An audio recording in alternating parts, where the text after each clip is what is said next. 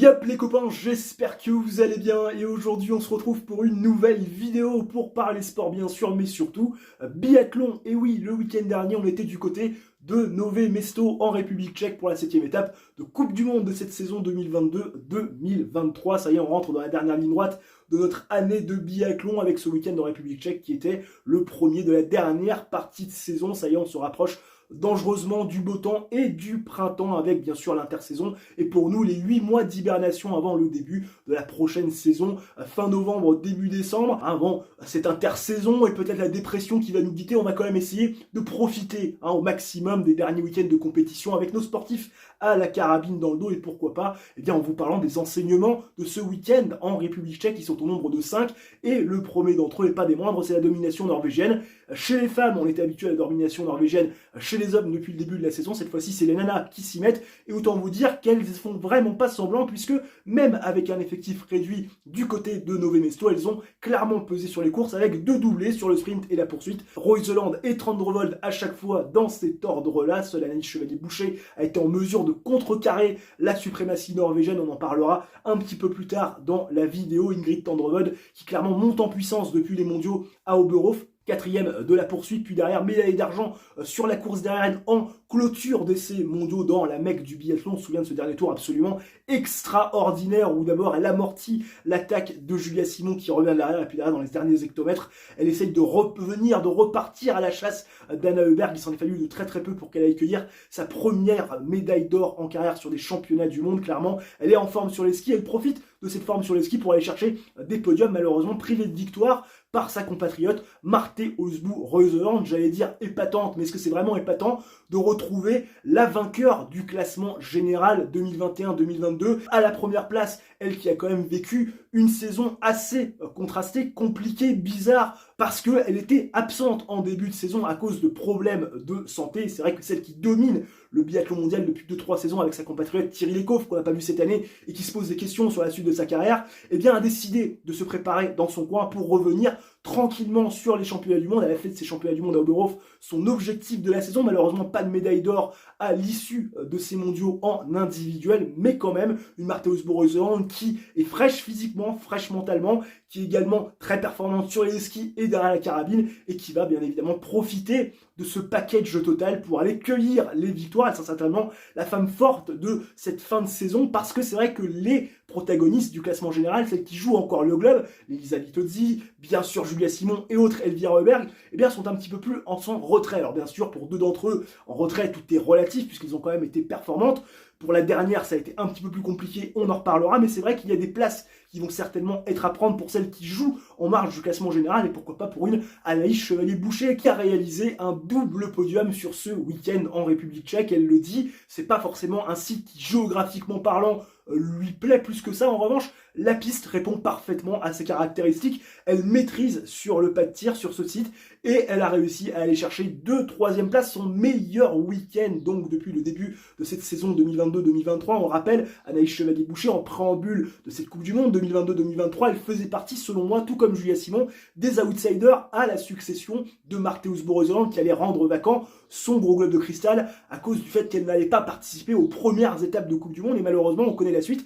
Anaïs Chevalier-Boucher a été très irrégulière sur les courses individuelles, certes quelques podiums notamment en mass start et au Grand Bornand devant le public français, j'étais présent dans les tribunes, mais c'est vrai que de manière générale, elle a quand même été assez décevante et là, elle réalise son meilleur week-end d'un double podium, 2 fois 3e sur le sprint et sur la poursuite et ça pourrait peut-être pourquoi pas lui donner des idées pour la suite donc de la saison à Östersund où on sera dès demain pour les individuels et pourquoi pas à Oslo-Holmenkollen pour les finales, histoire de cueillir une 2e victoire en carrière puisqu'on le rappelle son premier podium c'était à Nové Mesto, sa seule victoire en carrière c'était également à Nové Mesto durant la saison 2016-2017. Ça fait plus de 6 ans, tout le monde va dire une éternité, on attend forcément une 2e victoire parce que oui, 6 ans de célibat pour cette pauvre victoire en Coupe du Monde, ça commence à faire long. On espère que elle va trouver l'amour, cette victoire en Coupe du Monde, à l'issue donc des épreuves d'Östersund et d'Oslo-Holmenkollen. Anaïs Chevalier-Boucher qui n'a toujours pas d'ailleurs communiqué sur la suite de sa carrière. On savait qu'à l'issue de la saison olympique, c'est-à-dire l'an dernier, elle repartait pour 1 an avec un objectif, pourquoi pas, d'aller chercher une médaille d'or en individuel aux mondiaux à Oberhof, chose qu'elle n'a pas réussi à réaliser.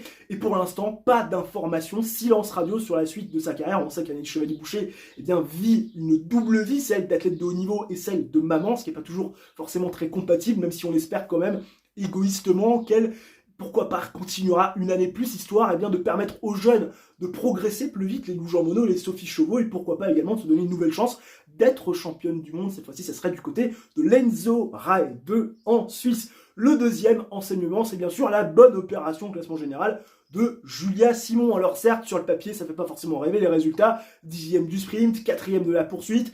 Alors on sent quand même que en cette fin de saison, c'est difficile sur le plan psychologique, également sur le plan physique.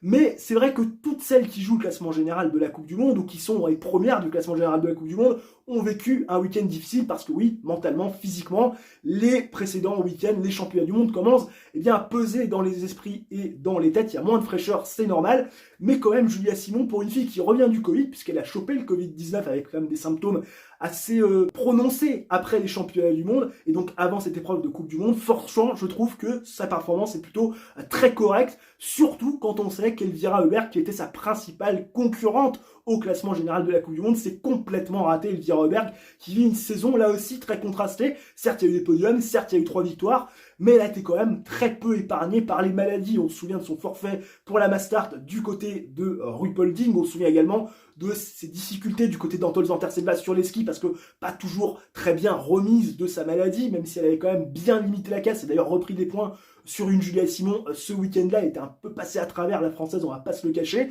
Derrière des mondiaux qu'elle traverse en fantôme, puisque malade, un état grippal vraiment très prononcé. Et là, elle revient, elle est repartie s'entraîner après les mondiaux pour essayer, pourquoi pas, de contrecarrer les plans de Julia Simon, championne du monde de la poursuite et actuel leader du classement général de la Coupe du Monde. Malheureusement, 4 fautes sur le pas de tir sur le sprint et des temps de ski qui ne lui ont pas permis d'aller chercher les 60 premières et donc d'être qualifiée pour la poursuite. Clairement, au-delà d'un problème de ski général pour les Suédoises sur le sprint, il y avait surtout un problème de jambes, et c'est clairement pas de bon augure pour Elvira Heuberg, qui se retrouve désormais à presque 160 points de Julia Simon. Elle se retrouve même menacée par une Lisa Vitozzi qui revient vraiment très fort sur la Suédoise pour la deuxième place du classement général. Autant vous dire qu'Elvira Heuberg va peut-être désormais regarder plus derrière que devant. Le troisième enseignement de ce week-end check, c'est certainement la bonne semaine de nos représentants masculins tricolores, pourtant orphelins de leur leader. D'abord, Émilien Jacquelin, qui a décidé de mettre un terme à sa saison à l'issue des championnats du monde de Bordeaux à cause d'un manque de forme physique et surtout de fraîcheur mentale, et puis surtout l'absence de Quentin Fillon-Maillet en deuxième partie de week-end, qui sera également forfait pour les épreuves cette semaine du côté d'Östersund à cause d'un test positif au Covid-19 après un sprint décevant. On aura le temps d'en reparler plus tard dans la vidéo. Une équipe de France menée de main de maître par Fabien Claude et par Antonin Guigonat, qui vont chercher respectivement 2 top 5 et 2 top 7 sur les courses individuelles. Ce sont nos 2 relayeurs titulaires dont on attendait le moins en début de saison. En même temps, comment ça aurait pu en être autrement en préambule de cette saison 2022-2023, après ce qu'avait montré Émilien Jacquelin et surtout Quentin Fillon-Maillet, double champion olympique et bien sûr tenant du titre du gros globe de cristal. Et pourtant, c'est ceux qui tiennent le mieux leur rang, avec Antonin Guigonat qui revient dans les 20, ce que j'avais annoncé en préambule de la saison 2022-2023, et puis Fabien Claude qui fait son retour dans les 10 premiers du classement général et qui, pourquoi pas, pourrait aspirer à mieux à un top 8, a vu la forme ascendante sur les skis et derrière la carabine. Et bien sûr, mention spéciale à Éric Perrault qui réalise le meilleur week-end de sa saison, notre petit jeune de l'équipe de France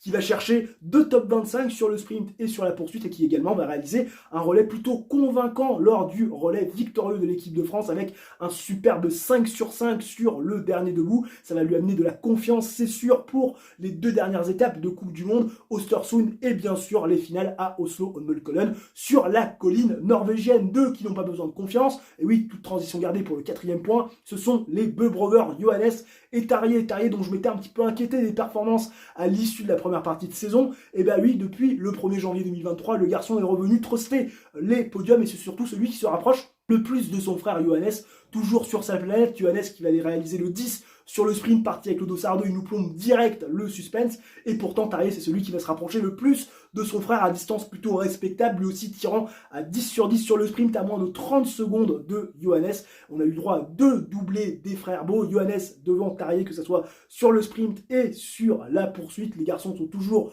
au-dessus de la mêlée. Mais ce qui devrait rassurer la concurrence et également les fans de biathlon pour le suspense et le spectacle, c'est que lors de l'individuel de demain, jeudi à Östersund, il y aura un vainqueur vainqueurs autres que les Beau Brothers, puisque Tari et Johannes ont été testés positifs au Covid-19, tout comme Quentin Fillon-Maillet et Sébastien Samuelsson, d'ores et déjà forfait pour la première épreuve du week-end suédois. Johannes et Tari qui ont créé une polémique bien malgré eux, puisqu'ils ont été testés positifs au Covid-19 avant la poursuite, mais ils ont quand même participé à cette poursuite de Nové Mesto, puisque asymptomatique, on sait qu'il n'y a plus aujourd'hui de réglementation bien précise quant aux athlètes qui attrapent le Covid-19, puisqu'on n'est plus en situation de crise. Ils ont décidé donc de participer à cette poursuite. Ils étaient même censés prendre un vol affrété par l'IBU jusque finalement à Östersund avec évidemment des athlètes non covidés au milieu. La polémique a enflé et donc Johannes et Tari ne participeront pas aux premières épreuves donc du week-end du côté d'Östersund. C'est-à-dire qu'ils font une croix sur l'individuel de demain, jeudi, également sur les relais de samedi. Ils espèrent cependant, en tout cas au vu de ce qu'annonce la presse norvégienne, pouvoir participer au Mastart de dimanche, c'est-à-dire la course des rois. Rien n'est moins sûr, puisque est-ce qu'on va avoir un Tari et un Johannes qui vont vraiment vouloir faire l'aller-retour pour une seule course, quand on sait que les deux sont parents. On sait également que Johannes attend un nouvel enfant avec sa femme. Autant vous dire que peut-être que les deux choisiront plutôt de faire la passe totale sur Östersund avant de revenir tranquillement pour les finales du côté de Sloan Molkola. On sait qu'il n'y a clairement plus rien à jouer. Johannes va gagner gros globe de cristal et Tari ne peut de toute façon plus espérer grand-chose également au classement général de cette Coupe du Monde. Bref, le Covid qui sévit, on espère qu'il n'y aura pas d'autres athlètes touchés pour le spectacle et bien sûr l'intérêt du sport. J'espère que cette vidéo bien sûr vous aura plu. Si c'est le cas, le like, l'abonnement, l'activation de la cloche, ça mange pas pain, vous le savez déjà. Et nous on se retrouve très prochainement pour une nouvelle vidéo. D'ici là, portez-vous bien, ciao bye et à la prochaine.